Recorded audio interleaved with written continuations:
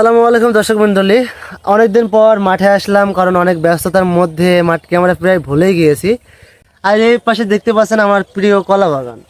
কলা কলা কাটার জন্য মূলত এসেছি, কালকে এটা বিক্রি করতে যাব। সেই জন্য ভাবলাম যে দুইটা কাঁধি কাটা হয়ে গেছে, এটা আমরা কালকে বাজারজাত করব।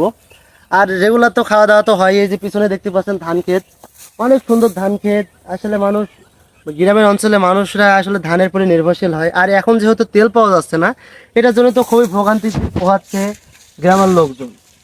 কারণ তেল পাম্পের ওইখানেও খুব সিন্ডিকেট, এত সিন্ডিকেট আসলে বলে বোঝানো যাবে না। আমরা কালকে তেল নিয়ে আনতে গিয়েছিলাম, তো ওইখানে গিয়ে দেখি আমরা কিন্তু 3 দিন আগে থেকে ঢপ রাখছিলাম সিরিয়ালে। তো আসলে আমরা সিরিয়ালটাতে 1 লিটারও তেল দেয়নি, কিন্তু তাদের গ্রামের প্রভাবশালী নেতারা প্রত্যেকটা ঢং বোঝাই বোঝাই করে তেল নিয়ে গেছে। আসলে এটা কি আমরা কোন বাংলাদেশে বসবাস করছি তাহলে বলেন?